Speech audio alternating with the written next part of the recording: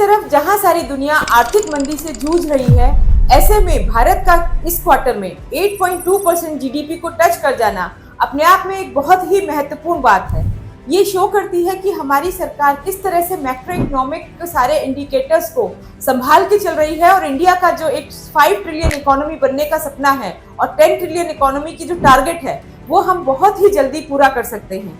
और ये किस लिए हो रहा है कि हमारा जो डोमेस्टिक कंजम्पशन है, जो कि इतने सारे इंटरनेशनल फैक्टर्स हैं जिसकी वजह से इंटरनल कंजम्पशन पे ज़रूरत पे जो है एडवर्स इफेक्ट पड़ना चाहिए, पर वो एडवर्स इफेक्ट नहीं पड़ रहा है। वो इसलिए कि हमारा जो 3-4 चीज़ें होती हैं जिसकी वजह से जीडीपी हमेशा बढ़ता है। एक तो आपका डोमेस्टिक कंजम्पशन, एक आपका मार्केट, और एक जो गवर्नमेंट है वो लगातार कैपिटल एक्सपेंडिचर में इन्वेस्ट कर रही है। जब भी आप ज़्यादा से ज़्यादा ट्रेन बनाएंगे, ज़्यादा से ज़्यादा एयरपोर्ट्स बनाएंगे, आपका फ्रेट कॉरिडोर बनेगा, तो इन सब से क्या होता है, एम्प्लॉयमेंट भी जनरेट होता है और आपकी इकोनॉमी भी ग्रो करती है। और सबसे बड़ा जो एक मैं कहूँगी फैक्टर है, चाहे सब लोग कह रहे हैं कि भी हमारा जो एडीबी ने दिया है कि इंडिया का जो है वो डाटा कलेक्शन सी ग्रेड में है, आपका डाटा ही अच्छा नहीं है, तो ये 8.2% की ग्रोथ शायद कहीं सही नहीं है।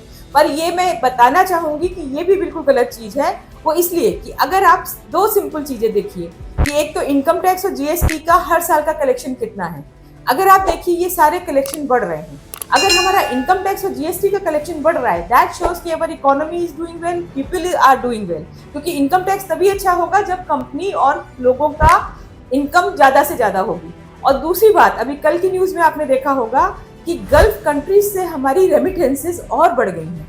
तो दैट मीन्स कि वहाँ पे भी जो एम्प्लॉयमेंट कंडीशन है वो अच्छी है और लोग जो हमारे एक्सपेट्रिएट्स थे वो आज भी अच्छा अमाउंट इंडिया में रेमिट कर रहे हैं। तो these are the two indicators which show कि हमारी मैक्रो इकोनॉमिक स्टेबिलिटी जो है, in spite of the fact कि हमको क्रूड ऑयल इंपोर्ट करना पड़ता है, हमारा रुपी जो है वो वीक चल रहा है, पर हमारा जीडीपी बढ़ रहा है, ये जो बहुत ही हार्टनिंग चीज़ है। और इस तरह से अगर इंडिया बढ़ता रहा तो हमें विश्व गुरु बनने में बहुत देर नहीं लगेगी और जो हमारा सपना विकसित भारत का है 2047 का, वो बहुत ही जल्दी पूरा होगा।